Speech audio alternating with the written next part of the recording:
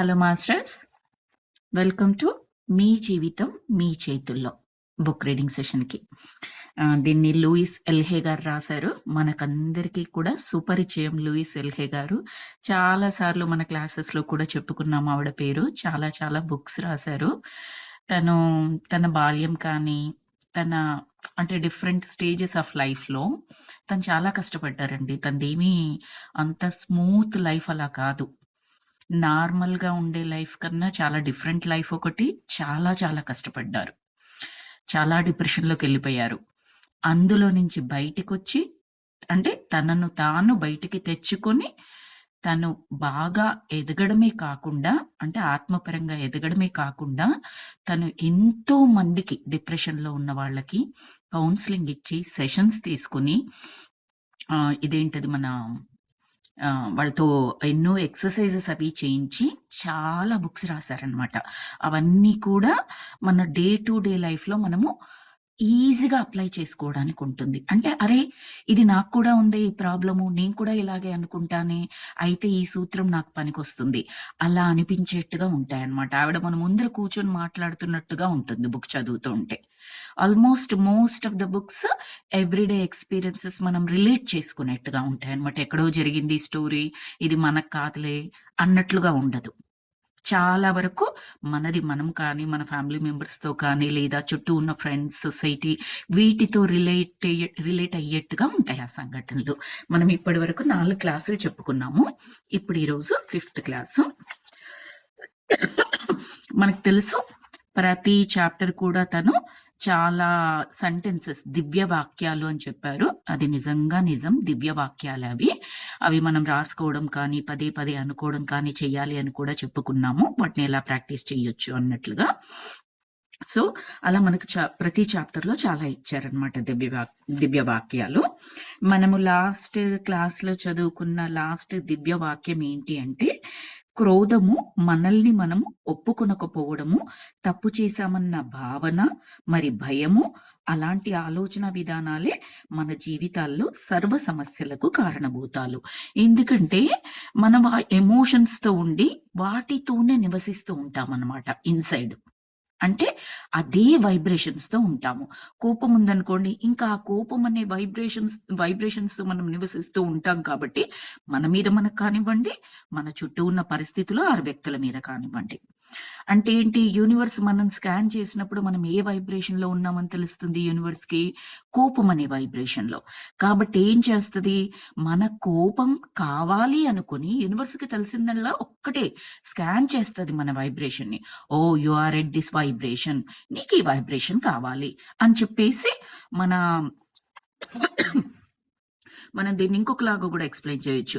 మన పూర్వజన్మల బుక్స్ ఉంటాయి కదా, అంటే పూర్వజన్మల్లో మనం చేసుకున్న కర్మలు అవన్నీ కలిపి ఊరికే ఒక బుక్ లాగా ఊహించుకున్నట్లయితే మన బుక్ ఓపెన్ చేసేస్తుంది.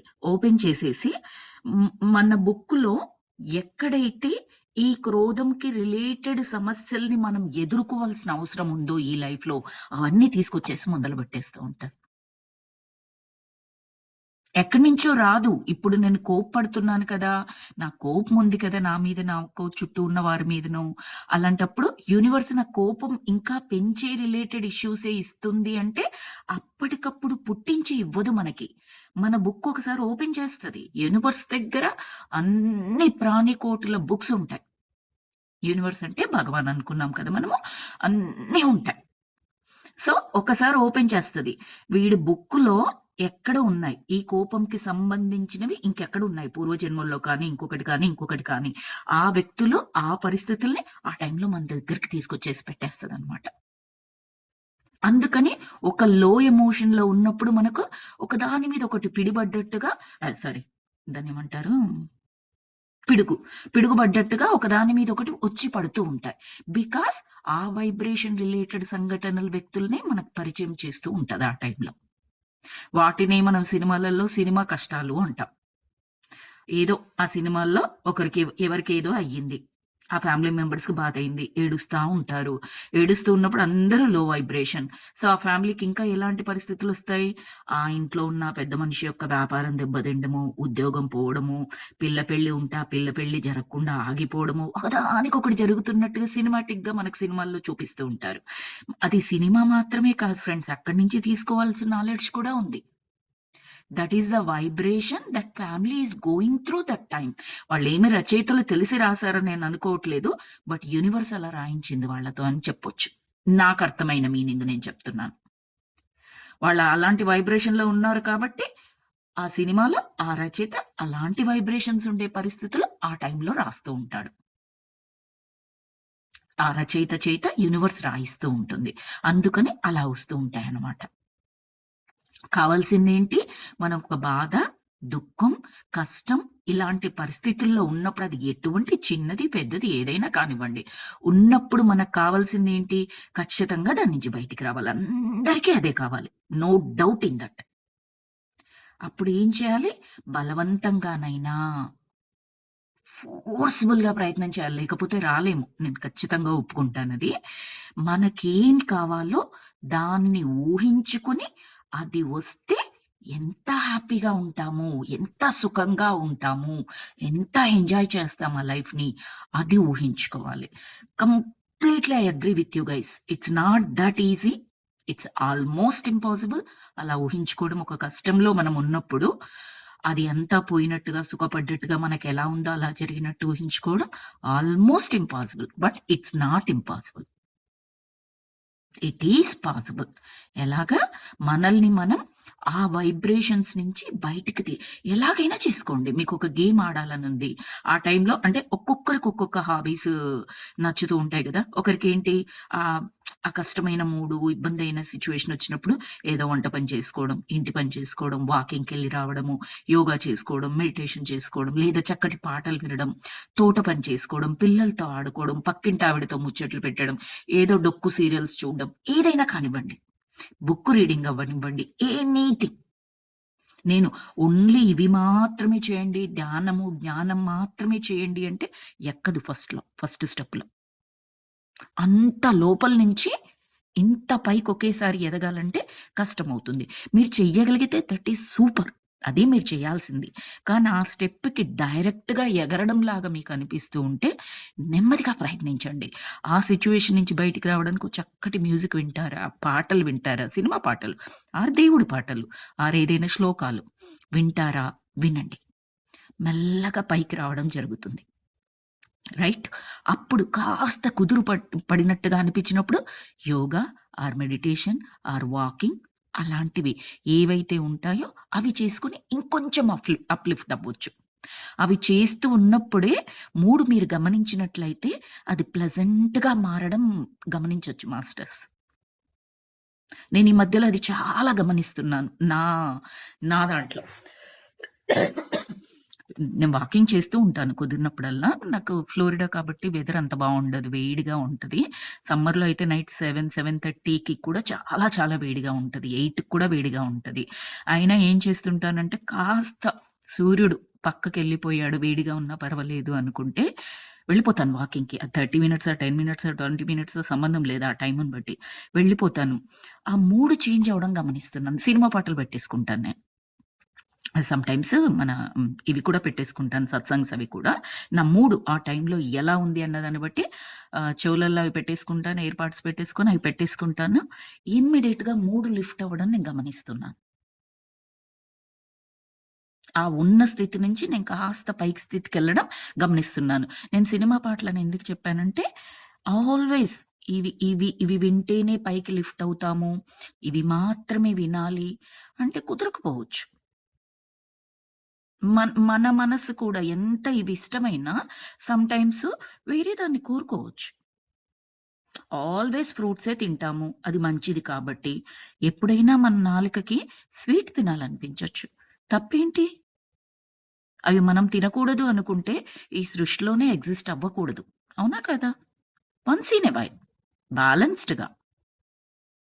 నాకిష్టం నా నాలుకెప్పుడు లడ్డూలు, బజ్జీలు వీటినే కోరుకుంటది. నేను 3 పూటలు అవే తింటానంటే no. That's not right. So మీకు ఆ టైంలో ఏది అనిపిస్తే మీరు లోపల నుంచి బయటికి రావడానికి మీకు ఏ తాడు దొరికితే ఆ తాడు నుంచి తీసుకొని పైకి రండి. పైకొచ్చేసి కాస్త సెటిల్ అవ్వగానే అప్పుడు ఇంకాస్త హయ్యర్ ఎమోషన్ అంటే చక్కటి ధ్యానము, వాకింగు, ఏదైనా జ్ఞానం ఉండే బుక్స్ చదవడము, వినడము అలాంటివి చేసుకోవచ్చు. అప్పుడు ఏమవుతుంది, ఇక్కడ చేసింది ఏంటి మనము? స్టెప్పుల వారీగా మన వైబ్రేషన్‌ని పెంచుకున్నాము. ఆ పెంచుకున్నప్పుడు ఏం చేస్తది? యూనివర్స్ అనుక్షణం స్కాన్ చేస్తూనే ఉంటది. ఆ భగవంతుడు మనల్ని చూడని క్షణం అంటూ ఉంటుందా ఎక్కడైనా? చెప్తాం కదా! శివుడి ఆజ్ఞ లేనిది చీమ కూడా కుట్టదు అంటాం. ఈ అనంత కోటి ఆహ్, ఆహ్, ఐ మీన్ విశ్వంలో జీవించే ఏమంటారు? జీవరాశుల్లో చీమ అది చిటుక్కుమన్నా కూడా ఆ శివుడికి తెలియకుండా జరగదు అని చెబుతున్నాము. అలాంటిది మన వైబ్రేషన్‌ని స్కాన్ చేస్తుంది కదా యూనివర్స్. ఇప్పుడు ఏ వైబ్రేషన్‌లో ఉన్నాం మనము? ఖచ్చితంగా డిప్రెషన్ మోడ్‌లోనైతే లేము. బయటకొచ్చేసాం. అప్పుడేం చేస్తది? మెల్లగా దానికి ప్రస్తుతం నువ్వే వైబ్రేషన్‌లో ఉన్నావో దానికి సంబంధించిన సంఘటనలు వెతుకుతూ ఉంటది. ఇంటికెళ్ళిపోగానే కోపం మీదున్నారు. బయటకొచ్చేసారు. ఏదో వాకింగ్ చేసుకున్నారు. ఏదో విన్నారు. కాస్త సెటిల్ డౌన్ అయ్యారు. మళ్ళీ ఇంటికెళ్లారు. ఇంటికెళ్ళగానే మీ మూడే మారింది కాబట్టి ఈవెన్ ఇంట్లో అట్మాస్ఫియర్ అలా ఉన్నా కూడా మీ రియాక్షన్ ఆర్ రెస్పాన్స్ డిఫరెంట్‌గా ఉంటది.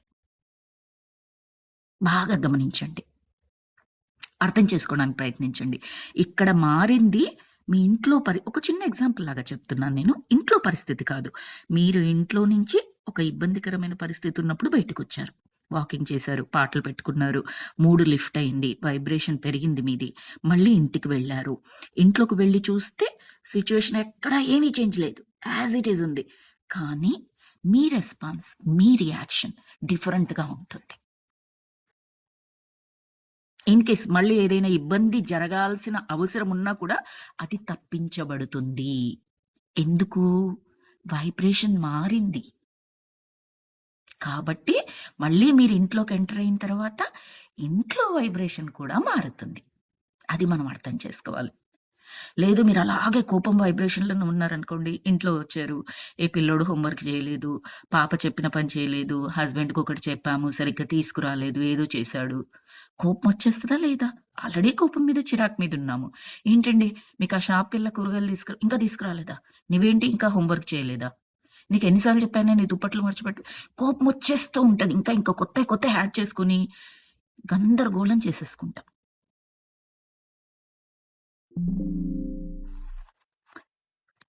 One second masters.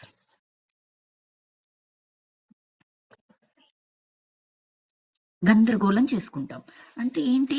దానికి కారణం ఎవరు? మనమే. కోపం, ఆ బాధ, ఇబ్బంది ఉన్నప్పుడు బయటికి రాకుండా మరింత లోపలికి వెళ్తున్నది మనము. కాబట్టి ప్రయత్నపూర్వకంగా మీకు ఏది వర్క్ అయితే అది. నేను ఖచ్చితంగా మెడిటేషన్ మాత్రమే, జ్ఞానం మాత్రమే, బుక్కే చదవండి, ఇదే వినండి అని చెప్తే మీకు ఆ టైంలో అది ఒప్పుకోలేదనుకోండి, అంటే మీరున్న వైబ్రేషన్‌కి, నేను చెబుతున్న వైబ్రేషన్‌కి మధ్యలో డిఫరెన్స్ చాలా ఎక్కువగా ఉందనుకోండి, మీరు ఫ్లై చేయాల్సొస్తది. ఒకటేసారి 10, 15 స్టెప్పులు ఎక్కాల్సొస్తది. అది కుదరదు. సింపుల్‌గా ఏం చేస్తాం? ఎక్కడున్నామో అక్కడ ఉండిపోతాం. అలా కాకుండా ఉండడానికి అన్ని రకాల హాబీస్ గురించి చెప్పానిక్కడ నేను. మీకేది అవైలబుల్ ఉంటే అది. ఇంట్లో చిన్న పిల్లలున్నారు. వాళ్ళని చూస్తూ ఉండండి, వైబ్రేషన్ పెరుగుతది. ఆ పసిపిల్లల్ని. తెలిసి తెలియక వాళ్ళు మాట్లాడే మాటల్ని, వాళ్ళ చూపుల్ని, వాళ్ళ నవ్వుల్ని ఇమ్మీడియేట్‌గా మారిపోతూ ఉంటది. అది కూడా దివ్య ఔషధం. పసిపిల్లల యొక్క ప్రాంగణంలో వాళ్ళున్న ప్లేసెస్‌లో వాళ్ళు మన పిల్లలు కానివ్వండి, పక్కింటి పిల్లలే కానివ్వండి, ఎవరైనా కానివ్వండి. వాళ్ళున్న ప్లేస్‌లో మనముంటే ఆ వైబ్రేషన్స్ సూపర్బ్‌గా ఉంటాయి. వాళ్ళనలా చూస్తూ ఉన్నామంటే. బికాస్ ఆ పిల్లలు ఎప్పుడు కూడా హై వైబ్రేషన్స్‌లో ఉంటారు. వాళ్ళనొక దెబ్బేసాము, ఏడుస్తారు. ఏడవడం అనేది లో వైబ్రేషను. కానీ ఇమ్మీడియేట్‌గా వాళ్ళది మర్చిపోతారు. అమ్మ నన్ను తిట్టిందే, కొట్టిందే అని గంటలు దాన్ని పట్టుకొని వేలాడరు. వాళ్ళకి ఇంకొక వస్తువు కనిపించిందంటే సింపుల్‌గా ఇది మర్చిపోతారు. ఆ వస్తువుతో ఆడుకోవడం, చూసుకోవడం, దాంతో ఉండడం చేస్తూ ఉంటారు. That's how we need to be. మనం అలాగే ఉండాలి. మనమేమనుకుంటున్నాము, చాలా ఎదిగిపోయాము. పిల్లలు వాళ్ళు పసిపిల్లలు కాబట్టి అలా ఉంటారు. మనం అలా ఉండము, ఉండకూడదు. అలాగే వేలాడుతూ ఉండాలి దాన్ని పట్టుకొనని లోపల జీర్ణం చేసుకున్నాం ఆ జ్ఞానాన్ని తెలియకుండా. కాదు. పసిపిల్లల మాదిరిగానే ఉండాలి. మీరు బాగా పెద్ద పెద్ద మహర్షులై వాళ్ళ ఈ స్పీచెస్ వినండి. వాళ్ళు చెప్తూ ఉంటారు. ప్రెజెంట్ మూమెంట్ అంటే nothing but be like a kid.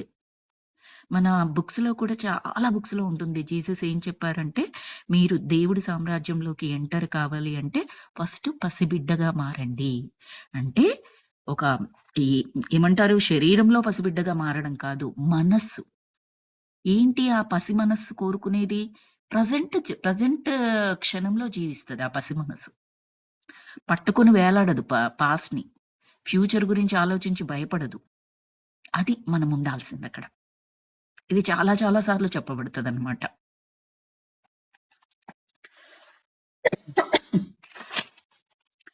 తర్వాత మనమేమనుకున్నాము లాస్ట్ వీకు, ఎవరైనా ఇలాంటి ఇప్పుడు నేను చదవబోయే వాక్యాలను అని అని చదవబోయే వాక్యాలని పదే పదే మీరు అనుకునే మనస్తత్వం అయితే దాని నుంచి బయటికి రావాలి అని అనుకున్నాం. అవేంటి అంటే, అందరూ నా పట్ల ఇలాగే ప్రవర్తిస్తారు. నేనంటే ఎవరికీ ఇష్టముండదు. నాకు సాయం చేయమంటే ఎవరు రెడీగా ఉండరు. ఎప్పుడు నేనేం చేసినా సరే, ఎంత చేసినా సరే నా తప్పులు ఎంచుతూ ఉంటారు. అసలు నన్నెవ్వరూ ఎప్పుడు ఆదుకోరు. నన్ను అవసరాలకు వాడుకొని వదిలేస్తారు. ప్రతి దానికి నన్నే నిందిస్తారు. నేనొకదాన్ని బాగా దొరుకుతాను వాళ్ళకి. ఎందుకు నాకే ఇలా జరుగుతది? ఇలాంటివి ఎప్పుడైనా ఆల్ ద టైమ్ అనుకునే మనస్తత్వం మనకుంటే, ఆ వాక్యాలని ఇవన్నీ ఏ వాక్యాలు? లో ఎమోషన్‌కి సంబంధించినయి. లో వైబ్రేషన్‌కి సంబంధించినయి. దాన్ని మనం ఏం చేయాలి? దివ్య వాక్యాలుగా మార్చుకోవాలి. ఎలాగా? యెస్. అందరూ నా పట్ల ఇలాగే ప్రవర్తిస్తారు. ప్రేమతో, దయతో, కరుణతో. నాలో ఎప్పుడూ కూడా మంచి వాటిని గుర్తించి అందరూ నన్ను అప్రిషియేట్ చేస్తారు, అభినందిస్తారు. నాకెంతో సంతోషం అది. అలాగే నాకెప్పుడు అందరూ సాయంగా ఉంటారు. నాకొక అవసరం ఉంది అంటే ఎక్కడి నుంచి ఊడిపడతారో తెలియదు. టైంకొచ్చేస్తారు, టకటకా నన్ను ఆదుకుంటారు, ఎళ్ళిపోతారు. ఇలా మనకేదైతే కావాలో అలాగా మార్చుకోవడం ఆ వాక్యాన్ని. అలాగే నన్ను అవసరాలకు వాడుకొని వదిలేస్తారు కదా! కాదు. నాకు ఎప్పుడు అవసరం ఉంటే అప్పుడు సిద్ధంగా ఉంటారు. ప్రతి దానికి నేనేది చేసినా సరే వాళ్ళకి చాలా మంచిగా అనిపిస్తూ ఉంటది. ఎందుకు? అన్నీ మంచి జరుగుతుంటాయి నాకు. ఇది ఎందుకు అనేసుకోనక్కర్లేదు. నాకన్నీ మంచిగానే జరుగుతుంటాయి. ఎందుకిలా నాకే జరుగుతుంది అనే వాక్యం ఉంది కదా! దాన్నేంటి అంటే, ఎప్పుడు కూడా నాకంతా జరుగుతుంది. కృతజ్ఞురాలిని. ఈ విశ్వానికి, ఆ యూనివర్స్‌కి, నాలో ఉన్న పరమాత్మకి. ఇలా వాటిని మనము దివ్య వాక్యాలుగా మార్చుకొని, ఒక వాక్యం మనలో నుంచి నెగెటివ్ వాక్యం రాబోతుంది అనగానే, మన లోపలున్న పరమాత్మ మనకు చెప్పే విధంగా మనం బ్రెయిన్‌ని తయారు చేసుకోవాలి. మన మనసుకు చెప్పుకోవాలి. ఇప్పుడు నేను ఈ వాక్యాలు విన్నాను కదా! అంటే నా మనసుకు నేను ఇలా చెప్పుకుంటున్నాను. ఇప్పుడు ఈ క్లాస్‌లో ఈ వాక్యాలు విన్నాను కదా! నెక్స్ట్ టైము నాకు ఇలాంటి ఇప్పుడు చెప్పిన వాక్యాలలో ఏదైనా మాట్లాడే తత్వం నాకు అలాగే ఉన్నట్లయితే ఇప్పుడు విన్న దివ్య వాక్యాల్లాగా మార్చుకోవాలని కోరుకుంటున్నాను. దయచేసి నాకు హెల్ప్ చెయి. అని మనసుకు మీరొకసారి చెప్పి పెట్టుకున్నారనుకోండి, మనం ధ్యానం ద్వారా ఇచ్చే ఎనర్జీ, అలాగే జ్ఞానం నేర్చుకుంటున్నప్పుడు వచ్చే ఎనర్జీ, అది మన మనస్సుకి చేరవేయబడి అది గుర్తు చేస్తది మనకి. అది గుర్తు చేస్తున్నప్పుడు మళ్ళీ మనం దాన్ని నోరు నొక్కేయకూడదు. అది గుర్తుపెట్టుకోండి మాస్టర్స్. నోరు నొక్కేయకూడదు. అది చెబుతూ ఉంటది. పర్లేదులే ఇదొక్కసారికి అన్నట్లుగా మనము బిహేవ్ చేస్తూ ఉంటాం. అలా కాదు. దాన్ని గమనించండి. ఎలాగా? అవేర్‌నెస్‌లో ఉండాలి. మనను మనం గమనించుకుంటూ ఉండాలి. ఇనీషియల్‌గా అది ఒక సాధనలాగా చేయండి. తర్వాత తర్వాత ఆటోమేటిక్‌గా అలవాటయిపోతది. ఇప్పుడు చూడండి, ఫస్ట్ మనం వంట స్టార్ట్ చేస్తున్నప్పుడు మొత్తం ఫోకస్ అంతా అక్కడే పెట్టాలి. లేకపోతే కట్ చేసుకుంటాము, మన చేతుల్ని కాల్చుకుంటాము, లేదా వంట సరిగ్గా రాదు, ఉప్పేస్తాం, కారం వేయము, టీ పౌడర్ వేస్తాం, షుగర్ ఏమి, ఇలా రకరకాల తప్పులు చేస్తూ ఉంటాం. ఒక్కసారి అలవాటు అయిపోయిన తర్వాత అటు పిల్లలకు లంచ్ బాక్సులు కడుతూ ఉంటాం, హస్బెండ్కి ఇంకొకటి చేస్తూ ఉంటాం, వంట చేస్తూ ఉంటాం, ఆఫీస్ మీటింగ్ అటెండ్ అవుతూ ఉంటాం. ఎలా చేయగలిగాము? కొన్ని పనులు మనము సాధన వల్ల ఆటోమేటెడ్ చేసేసుకున్నాం మనం. అక్కడ ఫోకస్ ఆటోమేటెడ్ గా 100% వచ్చేసింది మనకి. ఇంకేం మనం కాన్షియస్ గా చేయాల్సిన పని లేదు. మనం కూర్చుంటే ధ్యానానికి మనం పూర్తి ఏకాగ్రతలోకి వచ్చేటప్పటికి టైం పట్టొచ్చు. ఈ మన పత్రిజీ గారు కానీ, మన జికే సార్ కానీ, లేదా ఇలాంటి మహాపురుషులు సద్గురు గారు కానీ, వీళ్ళు కూర్చున్నారనుకోండి, సెకండ్స్ లో వాళ్ళు ధ్యానంలోకి వెళ్ళిపోతారు. కంప్లీట్ గా వాళ్ళు మనల్ని చూసుకుంటూ కూడా ధ్యానంలోకి వెళ్ళిపోతారు. వాళ్ళనేమీ డిస్ట్రాక్ట్ చెయ్యవు. ఎందుకంటే ఆటోమేటెడ్ అయిపోయింది వాళ్ళకది. అలా అన్నమాట. అలా ఉండగలగాలి మనం. సాధన చేయిస్తూ ఆ స్థితికి చేరుకోవచ్చు. ఇక మనము ఈరోజు క్లాసులకు వెళ్ళిపోదాం మాస్టర్స్. శారీరక రోగాలు, మానసిక కారణాలు. ఇది తను చెప్పిన లూయిస్ ఎల్హే గారు చెబుతున్న ఒక వాక్యం అన్నమాట. దాని కింద ఏం రాశారు అంటే, ఎలా మన ఆలోచన విధానాలు మన శరీరంలో అనారోగ్యాలను సృష్టిస్తాయో కొన్ని ఉదాహరణలతో పరిశీలిద్దాం. మనకు క్వశ్చన్ అనిపిస్తుంది, అదేంటి, నేను ఆలోచించే విధానం వల్ల నాకు అనారోగ్యం వస్తుందా? ఆలోచించే విధానం మానసికమైంది, అనారోగ్యం శారీరకమైంది. దానికి దీనికి ఏంటి సంబంధం? ఎస్, మన యొక్క మెడికల్ సైన్స్ ఇప్పుడు చెప్తుంది. అఫ్ కోర్స్, కానీ మన లెవెల్ కి చెప్పలేదని అనుకుంటాము. ఇప్పుడు చెబుతుంది శారీరకంగా మానసికంగా వాటికి రిలేషన్ కూడా చెప్పగలుగుతుంది medical science, but not fully. Spiritual గా చెప్పినంతగా మెడికల్ సైన్స్ చెప్పలేదు. ఇక్కడ ఈవిడ చెప్తున్నారు, మన ఆలోచన విధానం ఎలా ఉంటే ఎలాంటి రోగాలు మనకు వస్తాయి. స్పిరిచువల్ టాబ్లెట్స్ బుక్స్ చదువుతూ ఉంటే ఇంకా క్లియర్ గా మీకు అర్థమవుతుంది. పద్మజ గారు స్పిరిచువల్ టాబ్లెట్స్ కోర్స్ అందులో చేస్తాను అన్నారు కదా, మీకు అర్థమవుతూ ఉంటదండి మెల్లమెల్లగా వింటూ ఉన్నప్పుడు. చాలా కాలం నుండి క్రోధ భావాలని అణిచివేసుకుని మన మనస్సులో పేర్చుకుని ఉంటే అది క్రమక్రమంగా మన శరీరాల్ని దహించి వేసి క్యాన్సర్ అని పిలువబడే రోగంగా పరిణమిస్తుంది. అంటే మీకు విపరీతమైన కోపం ఉందనుకోండి, అది లోపలనే దాచేసుకున్నారు అంటే లోపల ఆ కోపాన్ని మింగేస్తున్నారంటే అర్థం ఏంటంటే అక్కడ బయటికి ప్రదర్శించట్లేదు. బయటికి ప్రదర్శిస్తే ఒక రకంగా మంచిది కూడా. ఈ లోపల దాచుకొని మీ లోపల మీరు మంట పెట్టేసుకుంటున్నట్టుగా పెట్టుకుంటున్నారు. దానివల్ల ఏమవుతుందంటే లోపట బాడీ సెల్స్ అన్నీ కూడా వ్యాధిగ్రస్తమైపోతాయి. దానివల్ల క్యాన్సర్ రోగం వస్తుంది. మరి ఇప్పుడే అనుకున్నాం కదా, క్రోధం ఉంటే అలా చేయకూడదు, ఏమంటారు, బయటికి ప్రదర్శించకూడదు, బయటికి ప్రదర్శిస్తే మన దగ్గర ఉన్న వ్యక్తుల్ని పోగొట్టుకుంటాము, వాళ్ళతో రిలేషన్స్ బాగుండవు, సంఘంలో ప్రదర్శిస్తే సంఘంలో ఉన్న వ్యక్తులతో ఇబ్బందులు వస్తాయి, ఇవన్నీ మనకు తెలుసు. మరి లోపట ఉంచొద్దంటారు, బయటికి వెళ్ళగొద్దంటారు, ఏం చేయమంటారండి మమ్మల్ని అని చెప్పేసి అనిపించవచ్చు. ఏంటి, జస్ట్ ఫ్యూ మినిట్స్ బ్యాక్ మనం కొన్ని స్టెప్స్ చెప్పుకున్నాం కదా. కోపం వచ్చింది, సరిగ్గా మీరు వ్యక్తం చేయగలరు సరి అయిన పదాలతో, సరి అయిన టోన్తో, అంటే ఆ గొంతుతో మాట్లాడే విధానం చాలా చాలా ఇంపార్టెంట్, చాలా ఇంపార్టెంట్. మీరు సరిగ్గా వ్యక్తం చేయగలరు అనుకోండి, అప్పుడే చెప్పేసేయండి, ఇదిగోండి మీరు ఇలా చేశారు, నాకు నచ్చలేదండి, ఇది నాకు ఇలా ఇబ్బంది అనిపించింది, మీరు ఇంకొకసారి ఇలా చెయ్యండి, నాకు అర్థమవుతుంది, నేను మీరు అనుకున్నట్టుగా ప్రవర్తిస్తాను. ఇలా మీరు చెప్పగలిగారనుకోండి, మీరు బయటికి వెళ్ళగక్కేశారు క్రోధం. కానీ ఎలాగా, అక్కడ ఎమోషన్ అనేది, క్రోధం ఎమోషన్ కనపడలేదు అక్కడ. మీరు ఎలా మార్చేశారు దాన్ని? నార్మల్ వైబ్రేషన్ గా మార్చేశారు. ఇంకా చెప్పాలి అంటే పాజిటివ్ వైబ్రేషన్ గా మార్చారు. అలా చెప్పగలరు అనుకోండి, చెప్పండి. అలా చెప్పలేను, నాకు అలా చాలా కష్టం అండి, నాకు కోపం వచ్చినప్పుడు నేనేం మాట్లాడుతానో నాకు తెలియదు, నేను ఎలా బిహేవ్ చేస్తానో నాకు తెలియదు అని అనుకున్నారనుకోండి, జస్ట్ ఆ సిచ్యువేషన్ నుంచి పక్కకి వెళ్ళిపోండి. ఇంతకుముందు మనం హాబీస్ అనుకున్నాం కదా, అందులో ఏది చేయగలిగితే అది చేయండి. నాకు అందులో ఏది కూడా చేత కాదు అనుకుందాం అనుకోండి, లోపలికి వెళ్ళి ఒక పిల్లో, ఒక మెత్తటి వస్తువు ఏదైనా సరే, ఒక దుప్పటి, ఒక పిల్లో ఏదైనా సరే, దానికి లూయిస్ ఎల్హే గారే చెప్పారు ఇది. దాని మీద అంటే దానితో మాట్లాడుతూ మీరు కావాలి అనుకుంటే ఇట్లా పిడికిలు పట్టేసి ఆ బాక్సింగ్ చేస్తారు చూడండి, అలా కూడా చేయొచ్చు అని చెప్తారు. పిల్లో ఫైట్ అని చెప్తారు. అంటే పిల్లోతో ఫైట్ చేసినట్టుగా, ఆ బాక్సింగ్ చేసినట్టుగా ఆ కోపం అంతా అక్కడ మిమ్మల్ని మీరు హర్ట్ చేసుకోరు. అక్కడ పిల్లోను కొడుతున్నారు కాబట్టి మీకు అది మెత్తగా తగులుతుంది, కానీ మీ ఎమోషన్ ట్రాన్స్ఫర్ అయిపోతుంది. మీ మాటలన్నీ చెప్పేస్తున్నారు. సో మీరు కొద్దిగా ఆ లో ఎమోషన్ నుంచి బయటకు వచ్చేసి ఎయిదర్ నార్మల్ కానీ లేదా కాస్త బెటర్ ఎమోషన్ కిందకి, బెటర్ వైబ్రేషన్ కి రావడానికి అవకాశం ఉంది అని చెప్తారు. అదొక ఎక్సర్సైజ్ గా చేయిస్తారు ఆమె వర్క్ షాప్ లో. ఎస్ అండి. స్వప్న గారు. కానీ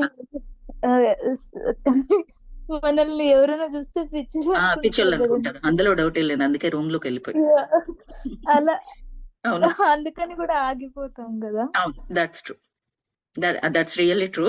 అందుకే లోపలికి వెళ్ళిపోయి మన చుట్టూ ఉన్న వాళ్ళు ఇంటి నిండా జనాలు ఉన్నారు, చెన్నైలు ఉంది, అప్పుడు ఇంకా అప్పుడు ఏం లేదు. మనం అనుకున్న హాబీస్ లో ఏదైతే వర్క్ అవుతుందో అది చేయడమే. క్లాజెట్ లోకి వెళ్ళిపోండి, బాత్రూమ్ లోకి వెళ్ళిపోండి. మీకు ఏది చేతన అవ్వదు, అలా కూడా కాదు, ఏడ్చే అలవాటు ఉందనుకోండి, అది ఆ పని కూడా చేయొచ్చండి. జస్ట్ మీరు హోల్డ్ చెయ్యొద్దు. ఎప్పుడైనా గుర్తుపెట్టుకోండి, హోల్డ్ కంట్రోల్ అనేవి very dangerous. Rather than that do it out side completely. ఆయన చాగంటి ఏం చెప్తారంటే, కంట్రోలింగ్ అంటే మన పాము మెడ మీద కాలు పెట్టేసి ఉంచడం అట. ఎంతసేపు అది మీరు కాలు పెట్టినంతసేపు అది భరిస్తుంది, కాలు తీసారా వెంటనే కాటేస్తుంది. అవునా కదా? కాటేస్తుంది. కానీ అలాగే కాలు పెట్టి ఉంచగలరా మీరు జీవితాంతం? ఉంచలేరు. దానికి ఎంత సంకటమో మీరు కాలు పెట్టినప్పుడు మీకు కూడా అంతే సంకటం. నిలబెట్టి అలాగే ఉండాలన్నా, కాలు తీసేయాలంటే చచ్చిపోతారు ఇంకా భయంతో. అందుకని ఎప్పుడు కూడా కంట్రోల్ అనేది సొల్యూషన్ కాదు. ఇట్స్ ఓన్లీ ఏమంటారు, టెంపరరీ అంతే, కానీ ఇట్స్ నాట్ ఏ సొల్యూషన్. ఆ టెంపరరీ కూడా ఏమీ నువ్వు ధైర్యంగా ఉండవు కాలు పెట్టినంతసేపు. ఇవి బహుశా నీకు టైం దొరుకుతుంది థింక్ చేయడానికి, ఇంకేం చేయొచ్చు, ఇంకొకరినైనా పిలవచ్చా, పాములు పట్టేవాడిని పిలవచ్చా, వాడు వచ్చి తీసుకెళ్లిపోతాడా, ఇంత టైం దొరుకుతుంది అంతే ఆ గ్యాప్ లో. But you won't come out of the situation. కాబట్టి నియంత్రణ కన్నా దాన్ని అలో చేయొచ్చు అంటే ఇలాగే. అంటే ఇప్పుడు నాకు కోపం ఉంది, తప్పదు, మన ఇంటి వాళ్ళ మీద తీస్తాము, లేదా ఇలా లోపలికి వెళ్ళి అలా తీర్చుకుంటాము, లేదా ఏడ్ చేస్తాము, లేదా బయటికి వెళ్ళిపోతాము, లేదా తోట పని చేసుకుంటాము. ఇలా ఏడ్ చేసినా కూడా అది నష్టమే అండి, అది ఆరోగ్యానికి దెబ్బతింటది. కానీ అది కూడా కరెక్ట్ కాదు. అది కూడా కరెక్ట్ కాదు, డెఫినెట్లీ కాదేమో, ఎందుకంటే మనకు మనం హాని చేసుకున్నట్టే.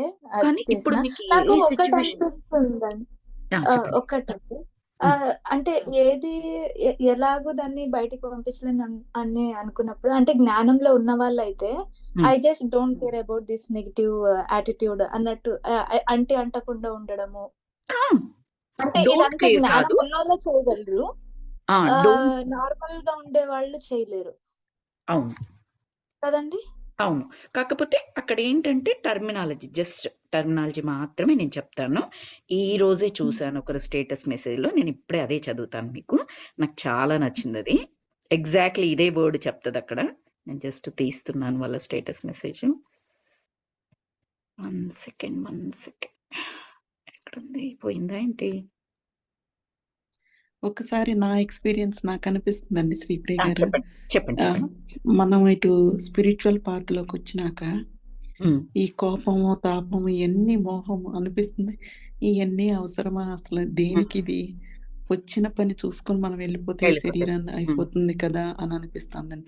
ఆ రకంగా నాకు కోపం తగ్గిందండి. కంట్రోల్ కాదు కానీ నాకు కూడా ఎక్కువే, కంట్రోల్ చేస్తున్నాను అని నేను చెప్పలేను కానీ ఆ రకంగా ఎమ్మటే అది జ్ఞానం వల్ల వచ్చిందండి. అంటే ఆత్మస్థితికి వెళ్లే దారిలో ఉండడం వల్ల వచ్చింది. అదేనండి.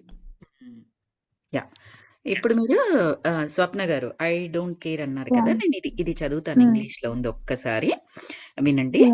Freedom is not I don't care or whatever attitude, that's ignorance. మనం ఫ్రీడమ్ అంటే ఏమనుకుంటాము అంటే I don't care whatever ఇలా మాట్లాడుతూ ఉంటాం కదా, అది కాదు, అది అజ్ఞానము. The true freedom is I know what's at stake and therefore I'll act accordingly. Be responsible, be free. అంటే ఏంటంటే ఏం చెప్తున్నారు అంటే స్వేచ్ఛ అంటే నేను కేర్ చేయను, అదేమైతే నాకేంటి, ఇలాంటి యాటిట్యూడ్ కాదు. అది టోటల్లీ ఇగ్నోరెన్స్. ఫ్రీ అంటే ఏంటి అంటే అదేంటో నాకు తెలుసు, అక్కడ ఎలా బిహేవ్ చేయాలో నాకు తెలుసు, ఎలా యాక్ట్ చేయాలో నాకు తెలుసు. నేను ఎంత గొప్పదాన్నైనా కానివ్వండి, ఆ టైంలో నాకు చాలా జ్ఞానం తెలుసు. అక్కడ ఒక సిచ్యువేషన్ జరుగుతుంది, కానీ నేను నోరు మూసుకోవడం ఉత్తమము అని నాకు తెలుసు అనుకోండి, అది లేదు. నాకు జ్ఞానం తెలుసు, అక్కడ సిచ్యువేషన్ జరుగుతున్నది తెలుసు, నేను వెళ్ళిపోయి చెప్పేస్తాను. వాళ్ళు ఏ ఎమోషన్ లో ఉన్నారో కూడా నాకు తెలుసు. వాళ్ళు ఎట్టి పరిస్థితుల్లో నేను చెప్పే జ్ఞానాన్ని అర్థం చేసుకోలేరు అని కూడా తెలుసు. అయినా కూడా నాకు జ్ఞానం తెలుసు కాబట్టి వెళ్ళేసి చెప్పేస్తాను అని చెప్పేసి అని అనుకున్నాను అనుకోండి, నో, దట్స్ నాట్. అక్కడ నేను ఉండాల్సింది క్వైట్ గా. వాళ్ళు ఏదైతే అక్కడ సిచ్యువేషన్ జరుగుతుందో లెట్ ఇట్ హ్యాపెన్. తర్వాత అంటే ఊకే అదే అంటారు కదండి, ఇది అదేమో అంటారు కదా, ఎక్కడ తగ్గాలో ఎక్కడ నెగ్గాలో సాక్షిభూతమై చూస్తూ ఉండాలి అంటే మెంటల్లీ అండ్ ఫిజికల్లీ బోత్. కొన్ని ఎగ్జాంపుల్స్ కి సరిపడదండి. కొన్ని ఎగ్జాంపుల్స్ అంటే ఇప్పుడు పేపర్లలో దారుణమైన సంఘటనలు కొన్ని చూస్తాం మనము. చెప్పడానికి కూడా, నోటితో చెప్పడానికి కూడా లేనటువంటి దారుణమైన సంఘటనలు చూస్తాం.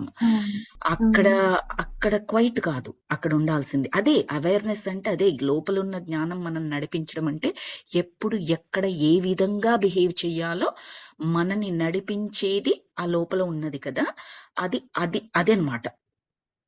ఇప్పుడు ఆ టైంలో ఇప్పుడు నేను ఆ టైంలో అక్కడ నలుగురు ఉన్నారు, వాళ్ళు తప్పు చేస్తున్నారు, నేను ఒక్కదాన్ని వెళ్ళి నాకు ఎంత జ్ఞానం ఉన్నా నేను వాళ్ళతో పోరాడలేను. కానీ ఏం చేయొచ్చు, నలుగురిని పోగు చేయొచ్చు, ఒక పోలీస్ వాళ్ళకి కాల్ చేయొచ్చు, లేదా నాకు తెలిసిన ఇన్ఫ్లుయెన్స్ చేయగలిగే వాళ్ళు ఎవరైనా ఉంటే చేయొచ్చు, చుట్టుపక్కల వాళ్ళందరినీ అలౌట్ చేయొచ్చు. ఏది సాధ్యమైతే అది. క్వైట్ గా కళ్ళు మూసుకొని ఉండమని కాదు, అక్కడ చెవులు కళ్ళు మూసుకొని ఉండమని కాదు. ఎంతవరకు ఆ పోరాటంలో మనని మనం అర్పించుకోవాల్సిన సిచ్యువేషన్ ఉందనుకోండి, లెట్ ఇట్ బి. యుద్ధంలో సైనికుడు పోతే అమరత్వం ఎలా అంటారో అలాగే అన్నట్టు అక్కడ.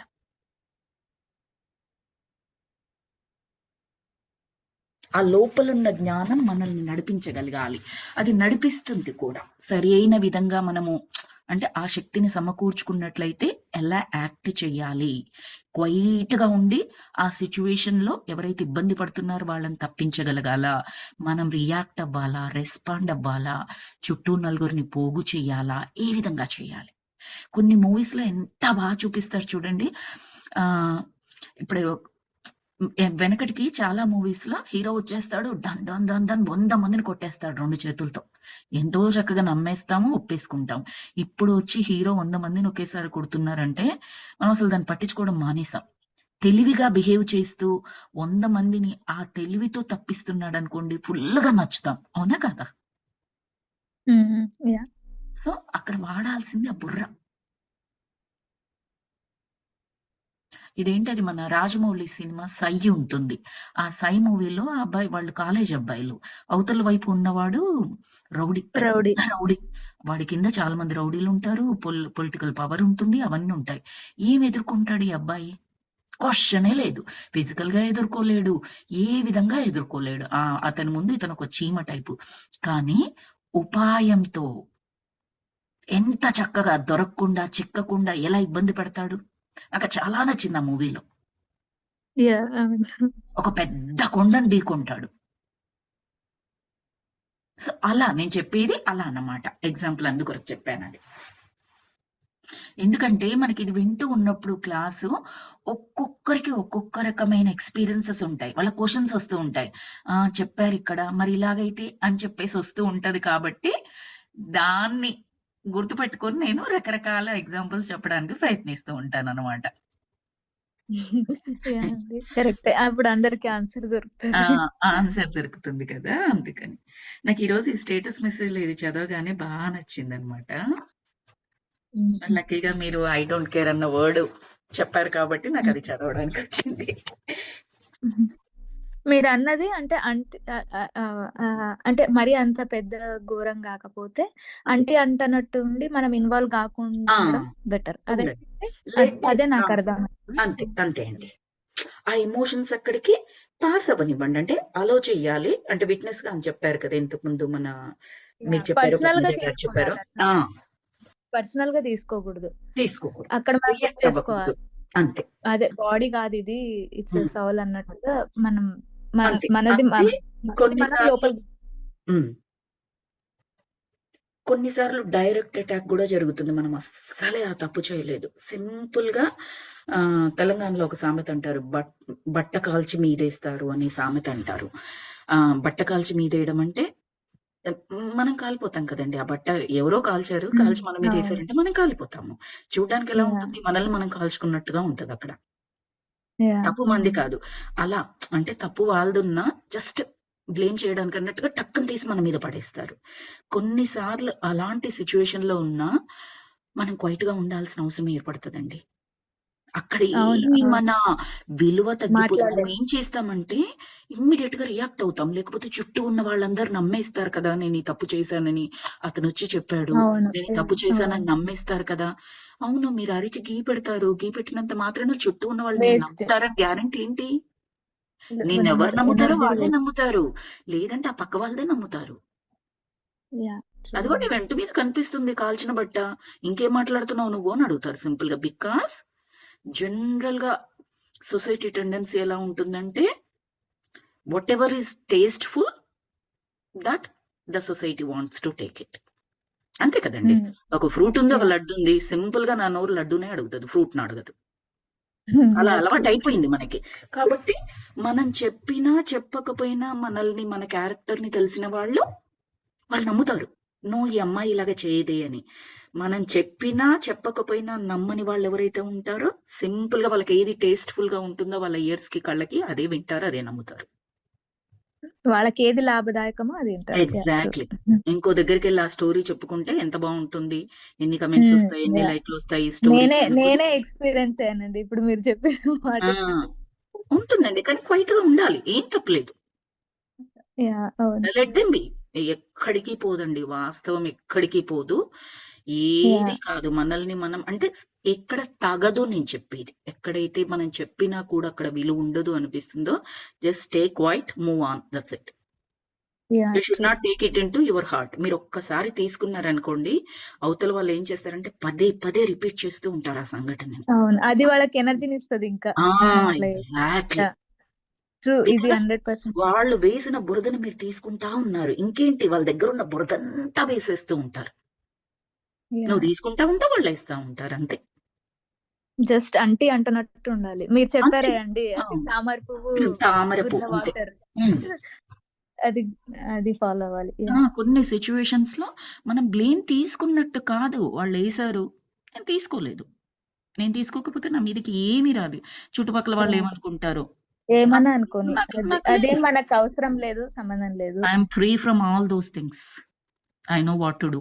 How to behave. ఇప్పుడు మనం అనుకున్నాం కదా ఫ్రీడము. ఆ ఫ్రీడమ్ అంటే హ్మ్. అదనమాట. I am free from all those things. వాళ్ళనుకుంటున్నారా? నన్నది అనుకుంటారా? పక్కకెళ్ళి ఇంకో 10 మందికి చెప్తారా? I am completely free. I know what I am doing. I know what I should do. ఈ కాన్ఫిడెన్స్, ఓవర్ కాన్ఫిడెన్స్ కాదు, కాన్ఫిడెన్స్ ఉందనుకోండి, కాన్ఫిడెన్స్. క్వైట్‌గా ఎళ్ళిపోవచ్చు. మీ ఎనర్జీ మీరు సూపర్బ్‌గా కాపాడుకుంటారక్కడ. యాహ్! ఇదంతా ఎప్పుడొస్తదంటే అండి జ్ఞానం వచ్చినాకనే. ఆ! బిఫోర్ మెడిటేషన్ ఇవన్నీ మీరు చెప్పినా గూడా అర్థం గాదు అర్థం జనాలకి. కా మామూలుగా ఎవరు అంటున్నా ఎందుకండి జనరల్‌గా. నేనే ఒప్పుకోను. అస్సలే ఒప్పుకోను. నేను గూడా. Tit for tat is the favourite dialogue to me. Favourite అంటే ఫేవరెట్. ఒక 2 ఛాన్సెస్ ఇస్తాను నేను. అన్నెసెసరీగా ఎళ్ళాను. థర్డ్ ఛాన్స్ ఎందుకు పడాలి? ఎందుకు పడతాను? అసలు నేను జేయలేదు. నువ్వంటే నేనెందుకు పడతాను? నేను పక్కనున్న వాళ్ళది అది నాకెప్పుడు ఉండదండి. నేనెప్పుడు దాని గురించి పెద్దగా ఇంపార్టెన్స్ ఇవ్వను. వాళ్ళనుకుంటారు, వీళ్ళనుకుంటారు. I never. చిన్నప్పటి నుంచి నాకది లేదు. కాకపోతే అవతల వాళ్ళు నన్నన్నప్పుడు అసలు నేను తప్పు చేయలేదు. నేనెందుకు పడాలి? అన్నట్టుగా ఉండేది. ఇప్పుడేమనిపిస్తదంటే ఇప్పుడు కూడా నేను పడను. అసలు తీసుకోనే తీసుకోను నువ్వన్నది. ఇంక నేనెందుకు రియాక్షన్ ఇవ్వాలి? అసలు ఆ మాత్రం తీసుకునే ఎనర్జీ కూడా నేను వేస్ట్ చేయనిప్పుడు. ఏమైనా అనుకో నీ ఇష్టం. నీకు చెబితే వింటావు, అర్థం చేసుకుంటావు అనిపిస్తే ఎక్స్‌ప్లెయిన్ చేస్తాను. నువ్వెంత చెప్పినా వినవు, అర్థం చేసుకోను ఊర్లుకో, అనుకో ఇంకో 1,00,000 మందికి చెప్పుకో. I really completely free from all those things. అన్న ఆ బాటలో ప్రయాణం చేస్తూ ఉన్నాను అనమాట. నేనే ఉండేదాన్ని అలాగా. నా స్కూల్ లైఫ్‌లో నేను చిన్నప్పటి నుంచి క్లాస్ ఫస్ట్ స్టూడెంట్ అండి. అంటే నా టీచర్స్‌కి చాలా ఫేవరెట్ స్టూడెంట్ నేను. అది కూడా కాన్ఫిడెన్స్ ఉండేదనుకుంటా. సో, అసలు ఎవరైనా ఏమైనా అనాలంటే నా సీనియర్ క్లాస్ వాళ్ళు కూడా నన్ను అనాలంటే చాలా భయపడేవాళ్ళు. అమ్మో! ఈ అమ్మాయి ఊరుకోదు అని చెప్పేసి. 3, 4 ఇయర్స్ బిగ్గర్ వాళ్ళు కూడా నన్ను ఒక మాట అనాలంటే భయపడేవాళ్ళు. అసలు ఊరుకోదు అని. నేను వాళ్ళ జోలికి కానీ ఏది నా అంతట నేను వెళ్ళను. నన్ను అన్నారు అంటే మళ్ళీ ఇంకొకసారి అనే అవకాశం నేను ఇవ్వను వాళ్ళకి. అలా ఉండేది. పెద్దవాళ్ళ, చిన్నవాళ్ళ అలా ఏమీ తెలిసేది కాదు నాకు. బట్ ఇప్పుడు నవ్వొస్తూ ఉంటది. ఎన్ని దగ్గరలా అనవసరంగా ఎనర్జీ వేస్ట్ చేసుకున్నాను అని.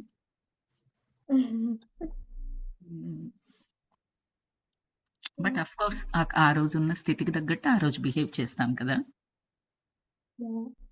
అప్పుడంటే ఏం తెలీదు కదా! తెలీదు కదండీ. నవ్వుకోవడమే ఇప్పుడు దాని గురించి. యాహ్! సో, ఆ క్రోధం లోపల దాచుకున్నట్లయితే అది క్యాన్సర్‌గా పరిణమిస్తుందట. మనల్ని మనం ఒప్పుకొనకపోవడం వలన మనం మనలోనూ, ఇతరులలోనూ తప్పులు వెతుకుతూ పోతాము. ఇది భవిష్యత్తులో కీళ్ళ నొప్పులుగా తయారవుతుందట. మనల్ని మనం ఒప్పుకోకపోవడం, ఇతరులలోనూ కంటిన్యూస్‌గా తప్పులు వెతుకుతూ ఉన్నామనుకోండి, అది భవిష్యత్తులో కీళ్ళ నొప్పులుగా తయారవుతాయట. తప్పు చేశాము అన్న భావన శిక్షను కోరుకుంటుంది. కనుక అది మనలో తీవ్రమైన బాధను కలగజేస్తుంది. ఎవరైనా నా వద్దకు తీవ్రమైన బాధతో వస్తే తప్పు చేశాము అన్న భావన వారిలో ఎంతగా పేరుకుపోయిందో గమనిస్తాను. లూయిస్ ఎల్హే గారు చెప్తున్నారు. భయము మరి ఆందోళనలు మన శరీరాల్లో బట్టతల, కడుపులో పుండ్లు మరియు పాదాల్లో నొప్పులు మొదలైన వాటిని కలగచేస్తాయి. మళ్ళొక్కసారి చదువుతాను ఫ్రెండ్స్ ఇక్కడ. క్యాన్సర్ ఏమో క్రోధంని లోపలే అంటే కోపంని లోపలే దాచుకుంటే క్యాన్సర్ అనే రోగంగా మారుతుందట. అలాగే మనల్ని మనం ఒప్పుకోకపోవడం, కంటిన్యూస్ గా వేరే వాళ్ళల్లో కూడా తప్పులు వెతుకుతూ ఉంటే కీళ్ల నొప్పులుగా ఉంటుందట. అలాగే గిల్టీ ఫీలింగ్, నేను తప్పు చేశాను, అదిగో ఇప్పుడే మనం అనుకున్నాం కదా, నేను చిన్నగా ఉన్నప్పుడు అది ఏదో చేశాను, నాకు ఈ రోజు నవ్వు వస్తుంది. అలా నవ్వు కాకుండా అరే ఎందుకు చేశానే, నా ఎనర్జీ వేస్ట్ చేసుకోకపోతే ఇంకా పైన ఉండేదాన్ని కదా అన్న తప్పు చేసిన భావనతో నేను ఉన్నాను అనుకోండి, అప్పుడేమవుతుంది, తప్పు అనగానే శిక్ష అన్నది కోరుకుంటుందట. ఆ శిక్ష కోరుకుంటుంది కాబట్టి తీవ్రమైన బాధ కలుగుతుందంట మనలో. అది బాగా పేరుకుపోతుందట. ఈవిడ దగ్గరికి ఎవరైనా అలా నేను గిల్టీగా ఉన్నాను, నేను తప్పు చేశాను అని తీవ్రమైన బాధతో వస్తే అట, ఆమెది ఇమ్మీడియట్ గా గమనిస్తుందట. ఎందుకు అంటే అది ఆందోళనలు మన శరీరాలలో అవి ఉన్నప్పుడు బట్టతల కానీ, కడుపులో పుండ్లు కానీ, మరియు పాదాల్లో నొప్పులు కానీ ఈ విధంగా పరిణమిస్తూ ఉంటాయట. ఆ రోగాలుగా మారుతూ ఉంటాయి. చాలా కాలంగా మనలో అణిచిపెట్టుకుని ఉన్న క్రోధాన్ని వదిలిపెట్టేసి, మొదట మనల్ని మనం క్షమించేసుకొని, తర్వాత తక్కిన వారందరినీ కూడా క్షమించి వేస్తే క్యాన్సర్ సైతం నయమవుతుంది. ఇది నా స్వంత అనుభవంతో చెబుతున్నాను అని చెబుతున్నారు లూయిస్ ఎల్హే గారు. ఆవిడ ఏదో ఊరికే అలా చెప్పేసేయాలి అన్నట్టుగా చెప్పట్లేదండి. తన స్వంత అనుభవంతో ఎన్నో వర్క్ షాప్స్ రన్ చేశారు ఆవిడ. ఎంతో మంది కౌన్సిలింగ్ ఇచ్చారు. కౌన్సిలింగ్ అంటే ఒక చిన్న సైజు మన ఎన్నో జన్మలు ఎందరో మాస్టర్స్ లో క్యాథరిన్ కి, డాక్టర్ బియానికి ఏదైతే జరిగిందో అది మెడికల్ ఏమంటారు హిప్నాటిజం ప్రక్రియ. కానీ అది కూడా కైండ్ ఆఫ్ కౌన్సిలింగే అనుకోవాలి. ఆయన ఒక ప్రాసెస్ లో వెళ్ళారు. ఈవిడ క్వశ్చన్స్ వేసి వాళ్ళతో వర్క్ షాప్స్ చేయించి, ఎక్సర్సైజులు చేయించి, ఏంటి వాళ్ళ ఆందోళన ఏంటి అదంతా కనుక్కొని చేయిస్తారనమాట. సో ఆమె స్వంత అనుభవంతో చెప్తున్నారు. ఈ క్యాన్సర్ పేషెంట్స్ ది మన పిఎస్ఎస్ఎం ఉంది కదా, పత్రిజీ గారు స్టార్ట్ చేసింది. ఇందులో కూడా చాలా మందివి ఉదాహరణలు ఉన్నాయండి, వాళ్ళ అనుభవాలు ఉన్నాయి. మీరు అందులోకి వెళ్ళి ఆ యూట్యూబ్ సెషన్స్ పెట్టుకొని వింటే మీకు తెలుస్తుంది, అవేవి కూడా అబద్ధాలు కావు. మొదట్లో నేను కూడా అలాంటి వీడియోస్ అయినప్పుడు ఒక 4-5 ఇయర్స్ బ్యాక్ ఇవన్నీ నిజమా, ఏదో పెడుతున్నారులే అని అనుకుంటూ ఉండేదాన్ని. ఇప్పుడు కాస్త అర్థమవుతుంది ఏది నిజము ఏది అబద్ధం. ప్రతి ఒక్క వీడియో నిజమని నేనేం అనుకోను ఇప్పటికి కూడా. కానీ మన పిఎస్ఎస్ఎం లో ఉన్నాయి కానీ ఆ అనుభవాలు చెబుతూ ఉంటారు కదా, అవన్నీ కూడా అవి అవి రైట్ అన్నమాట. ఆ ఎక్స్పీరియన్సెస్ అందుకే చెప్పిస్తారు వాళ్ళు. అది వినడానికి మీరు ప్రయత్నించండి. నేను విన్నది చాలా నాకు నచ్చింది ఏంటంటే, ప్రేమ్‌నాథ్ మాస్టర్ అని ఉంటారు. He is above 80 years. బెంగుళూరులో ఉంటారాయన. ఆయనది విన్నాను నేను. వాళ్ళ డ్యాడీకి ఆయన ఇప్పుడు 80 ఇయర్స్. వాళ్ళ డ్యాడీ ఇప్పుడు చనిపోయారనుకోండి. ఏంటి తనకున్న ప్రాబ్లమ్ ఏంటి? తను చనిపోవాలి యాక్చువల్లీ వాళ్ళ ఫాదర్. బట్ తిను వెళ్ళేసి మెడిటేషన్ స్టార్ట్ చేయించి, ఏమైతే చెయ్యాలో అవన్నీ చేసి 10 సంవత్సరాలు ఎక్కువగా బ్రతికారట. ఆయన ఆ వీడియోలో షేర్ చేసుకున్నారు. మన పత్రిజీ గారికి రైట్ హ్యాండ్ ఆయన. పత్రిజీ గారి కంటే కూడా పెద్ద వయసు అనుకోండి. Right hand. డే 1 ఆయన మెడిటేషన్ కూర్చున్న డే 1 తన లైఫ్ పర్పస్ ని రియలైజ్ అయ్యారు. ఏదో గంటలు గంటలు కూర్చొని మెడిటేషన్ సాధన లేదు. డే 1 ఆయనకు అలా వచ్చేసింది. ఉంటారు చూడండి మీరు, ప్రేమ్‌నాథ్ మాస్టర్ అని. ఆయన యొక్క వీడియోలకు ప్రేమామృతము ఏదో ఉంటుంది ఆయన వీడియోలన్నీ. సో చూడండి చాలా ఏంటండి బాగుంటుంది. పేరు? ప్రేమ్‌నాథ్ PREMNATH 80 ఇయర్స్ పైన ఓకే. ఉంటాయి. ఓహో! ఓకే. ప్రేమ్‌నాథ్ మాస్టర్. ఆయన వీడియోస్ అంటే ఆయన ఛానల్ మన PSSM లోనే సబ్ ఛానల్ ఏంటంటే ప్రేమామృతం అనుకుంటా. ఓకే. మీరు PSSM USA గానీ ఇండియా ఛానల్ గానీ సబ్స్క్రైబ్ చేసుకోండి. అవి మీకు పాప్ అవుతూనే ఉంటాయి. మీకు ఏది నచ్చితే అది చూడొచ్చు. ఏం డిస్టర్బెన్స్ ఉండదు. మీకు నచ్చింది యూట్యూబ్ ఛానల్ కదండి. యూట్యూబ్ ఛానల్ చాలా బాగుంటాయి. ఆయన చాలా ఎక్స్పీరియన్స్డ్.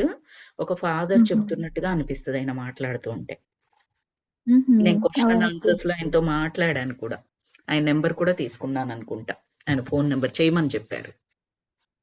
మీరు ఫోన్ నెంబర్ తీసుకోండి, ఎప్పుడు కావాలంటే అప్పుడు చేయొచ్చు అని చెప్పారు. అప్పట్లో నాకు నిద్ర ప్రాబ్లం ఉండింది కదా, అట్లాగే కపుల్ ఆఫ్ ఇష్యూస్ అవి రిపీటెడ్ గా వస్తూ ఉంటే నేను అడిగాను అనమాట.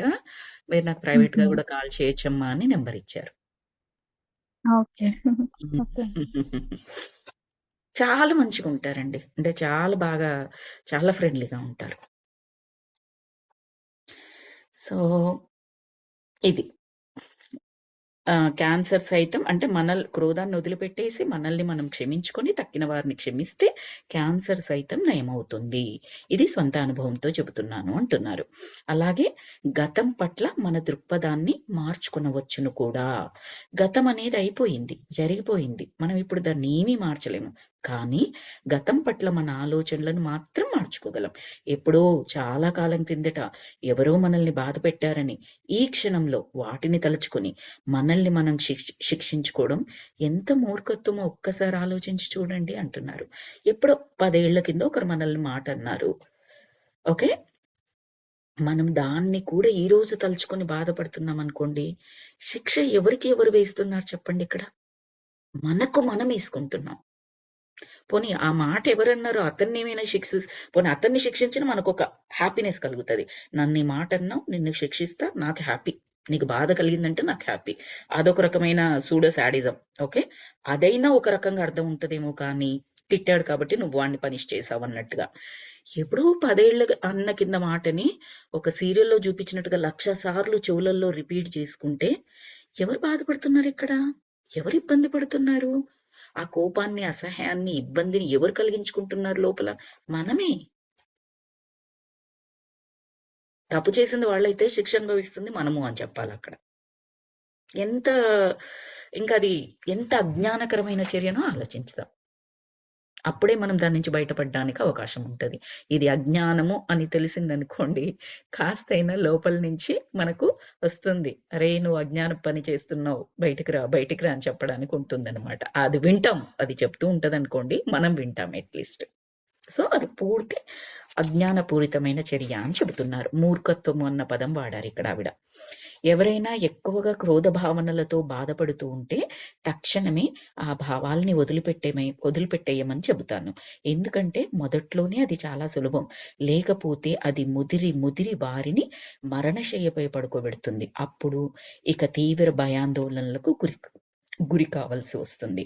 మనం భయాందోళనతో ఉన్నప్పుడు స్వస్థత పైన దృష్టి పెట్టలేము. మొదట మనలో ఉన్న భయాలన్నింటినీ వదులుచుకోవాలి. నా భవిష్యత్తు బూడిదైపోయింది, నేను ఇక ఇలాగే నిస్సహాయంగా బలైపోవాల్సిందే, ఈ స్థితిలోనూ కొట్టుమిట్టాడాల్సింది అని నమ్మడానికి ఎంపిక చేసుకుంటే ఆ నమ్మకాన్ని ఆ విశ్వం కూడా సమర్థిస్తుంది. నీకు అదే కావాలా, అదే ఇస్తుంది విశ్వం. అటువంటప్పుడు మనం ఇంకా దిగజారిపోయి అగాధాల్లోకి కూరుకుపోవలసి వస్తుంది. ఇటువంటి మూర్ఖపు చాదస్తపు నమ్మకాల్ని, నెగిటివ్ భావాల్ని తక్షణమే వదిలిపెట్టేయాలి. అప్పుడే మన జీవితానికి స్వస్థత చేకూరుతుంది. దైవత్వం అనబడేది కూడా మనకు అనుకూలంగానే ఉంటుంది తప్ప ఎప్పటికి కూడా వ్యతిరేకంగా ఉండజాలదు. ఎక్కడైనా చూడండి మాస్టర్స్ చెప్తారు, ఎప్పుడు కూడా దేవుడు శాడిస్ట్ కాదు, అది తప్పు చేసావు ఈ శిక్ష అనుభవించు, ఇమ్మీడియట్ గా కర్ర పట్టుకొని వచ్చేస్తాడు, కత్తి పట్టుకొని వచ్చేస్తాడు. నో, తప్పు, అస్సలు కాదు. మీరు అలా అనుకుంటున్నారు కాబట్టే మిమ్మల్ని కర్ర పట్టుకోనో కత్తి పట్టుకోనో ఎవరైతే ఉతకాల్సి ఉందో మీ కర్మ పుస్తకం ప్రకారం ఆ కర్మ సిద్ధాంతం అంటాం కదా, మనకు ఒక కర్మ బ్యాగ్ ఉంటుంది కదా, ఆ సంచిలో ఏవైతే కర్మలు ఉన్నాయో మనవి అందులో వెతుకుతాడు. వీడు పోన జన్మలలో ఎవరిని కరబట్టుకొని కొట్టాడు, వాడు కొట్టాలి కదా వీడిని కూడా 4 దెబ్బలు, ఆడిని వేసుకొని వస్తాడు. ఎవరది చేసింది? నేనే థింక్ చేస్తున్నాను, ఆ దేవుడు నన్ను అలా దండిస్తాడు అని. ఆయన దండించండి, ఆయన కోరుకునేది మన జ్ఞానం కలగాలని కోరుకుంటాడు. మరి దెబ్బకే జ్ఞానం వస్తుంది, దెబ్బకే దయ్యం వదులుతుంది అంటే మరి దెబ్బ కొట్టాల్సిందే, తప్పదు ఆయనకైనా. మనం కొట్టట్లేం మన పిల్లల్ని, ఆ దేవుడికి మనం కూడా పిల్లలమే కదా. మన పిల్లల్ని మనం కొట్టేది కరెక్టే, వాడిని దారిలో పెట్టడానికి అని మనం ఎంత నమ్ముతామో ఆ దేవుడు కూడా మనకు అప్పుడప్పుడు ఆ చిన్న చిన్నవి ఏవైతే జరుగుతున్నాయో అని అదే ఆయనేం చేయడు, మన కర్మ పుస్తకాల్లో నుంచి తీసి దానికి తగ్గట్టుగానే జరుగుతుంది తప్పిస్తే అది కూడా ఆయన మీద పెట్టడానికి లేదు. మనం శుభ్రంగా ఏ దెబ్బలు తినకుండా జ్ఞానం తెచ్చుకోరా అని చెప్తాడు ఆయన. ఎలాగైతే మనం పిల్లలకి రోజు వచ్చేసేయ్, రాగానే కూర్చొని హోంవర్క్ చేసుకో నానా, నేను ఇంకా నీ వెనకబడను, ఆడుకో పాడుకో ఏమైనా చేసుకో, నీ హోంవర్క్ నువ్వు చేసుకున్నావు అనుకో నేనేం అడగను. కానీ వాడు అలా కాకుండా ప్రోక్రాస్టినేట్ చేస్తూ నైట్ పడుకునేదాకా ఆడుకొని అప్పుడు కూర్చొని ఆ నిద్రమబ్బులో వాడికి ఆన్సర్స్ రావు, ఇబ్బంది అవుతూ ఉంటది, మనకు కోపం వచ్చేస్తూ ఉంటది, అలసిపోయి ఉంటాము. బాదుతామా లేదా? మార్నింగ్ నుంచి చెప్తున్నా, లేదా స్కూల్ నుంచి వచ్చినప్పటి నుంచి చెప్తున్నాను, విన్నావా పెట్టావా?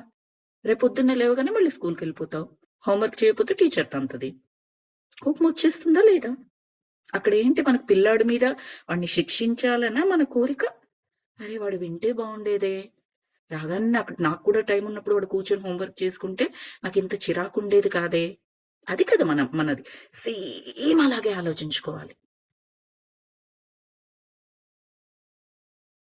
ఆ యూనివర్స్ అనేది, ఆ పరమాత్మ అనేది తల్లి తండ్రి లాగా, పేరెంట్స్ లాగా. మరి బుద్ధిగా చెప్పినప్పుడు విందాం కదా, ఏ శిక్షలు మన దగ్గరికి రావు, అది చేస్తే సరిపోతుంది. ఈవిడ కూడా అదే చెప్తుంది. లూయిస్ ఎల్హే అన్న పేరు వింటే మీకు ఏమర్థమవుతుంది? She is not Hindu. అంటే నేను ఇక్కడ రిలీజియన్ చెప్పాలని కాదండి నా మీనింగ్. వాళ్ళు ఈ దైవత్వం అనుకూలంగా ఉంటుంది ఇలాంటివి మనం ఎక్కువగా నమ్ముతూ ఉంటాం.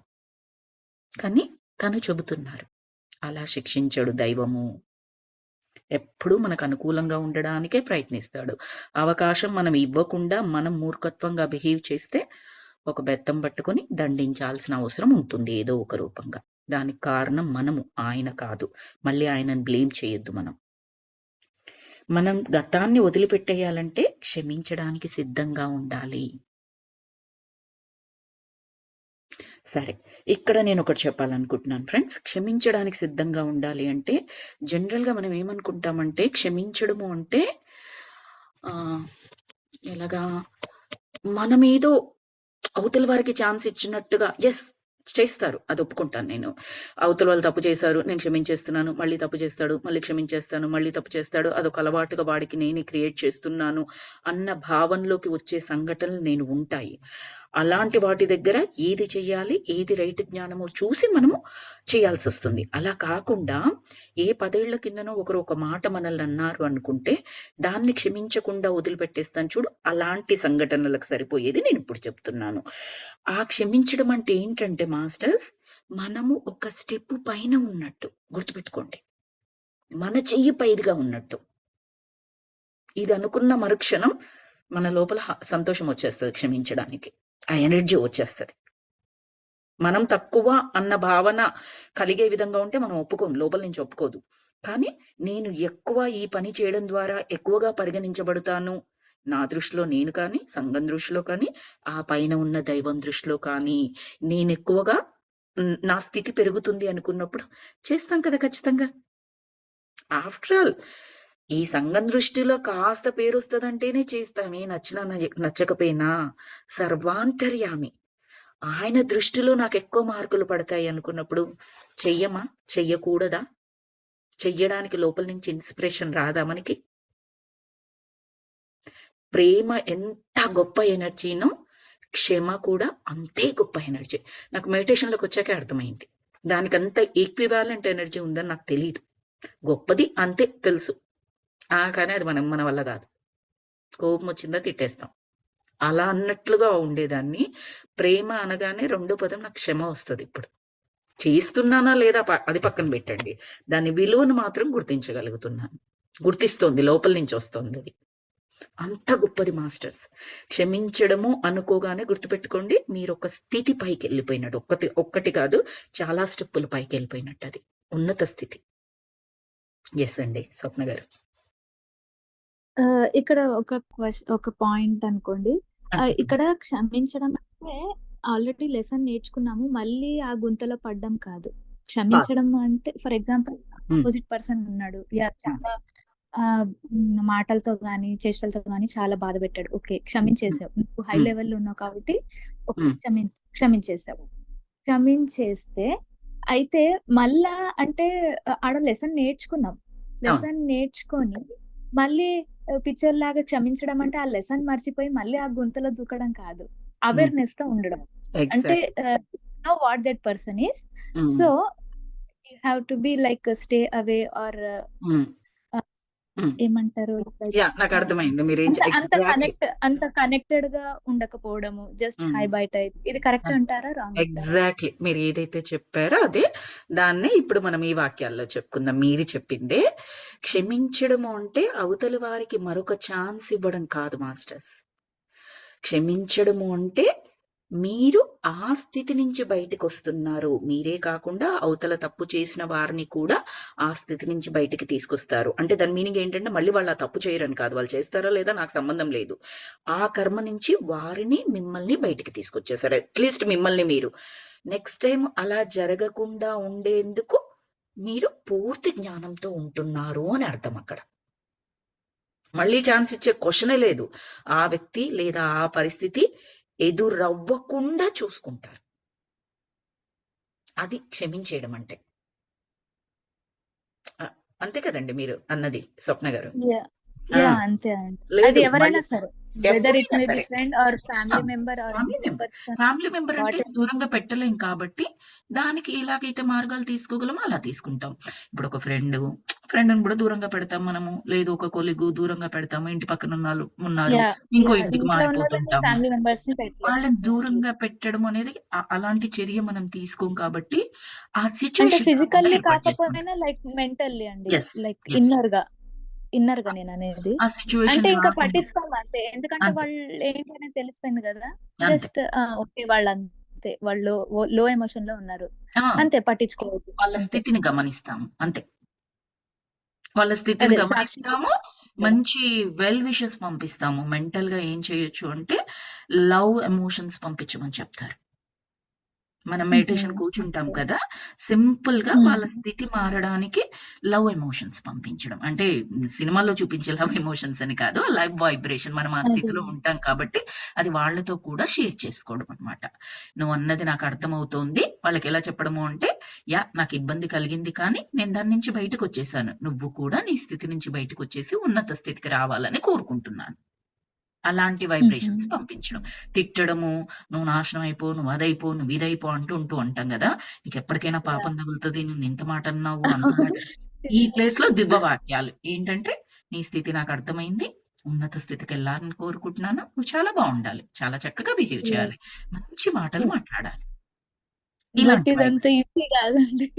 కరెక్ట్, ఒప్పుకుంటాను. టైం పడుతుంది బాగా, అంటే అదే జ్ఞానం వచ్చినాక. వింటూ ఉంటే మంచిగా అనిపిస్తుందా లేదా కోపం వస్తుందా? వింటూ ఉన్నప్పుడు చెయ్యాలనిపిస్తుందా లేదా? ఎంత బాగుంటుందో అనిపిస్తుందా లేదా? చాలు, ఆ ఎనర్జీ చాలు ప్రస్తుతానికి. అది మనల్ని మెల్లగా ఒక బండిలో తీసుకెళ్తూ ఉంటుంది. ఫస్ట్ అది ఎడ్ల బండి అవ్వచ్చు, తర్వాత ఒక చిన్న ఎర్ర బస్ అవ్వచ్చు, తర్వాత సూపర్ ఎక్స్‌ప్రెస్ యాహ్! అవ్వచ్చు, అది తర్వాత నిజమే. ఫ్లైట్ అవ్వచ్చు. కరెక్ట్ అండి. అంతే. అంతే ఉంటుంది. ఆ తర్వాత అది ఓన్ జెట్ అవుతది. ఓన్ విమానం. మనమే మన ఓన్ విమానం. మన పుష్పక విమానం ఫైనల్‌గా. యాహ్! ప్రాక్టీస్ లాగా ఇది. అంతే. లైక్ అంతే. అదండి.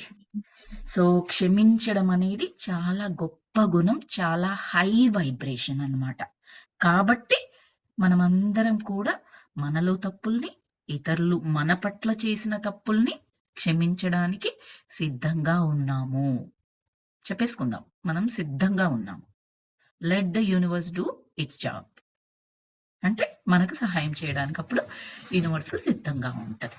మన వైబ్రేషన్‌ని పెంచి. Okay masters. మనం ఇక్కడ స్టాప్ చేసుకుందాము. చక్కగా అయింది క్లాసు. ఎన్నో లైవ్ ఎగ్జాంపుల్స్ తోని, లైవ్ డిస్కషన్స్ తోని. థాంక్ యూ సో మచ్ అండి. నేనిక్కడ రికార్డింగ్ స్టాప్ చేస్తున్నాను.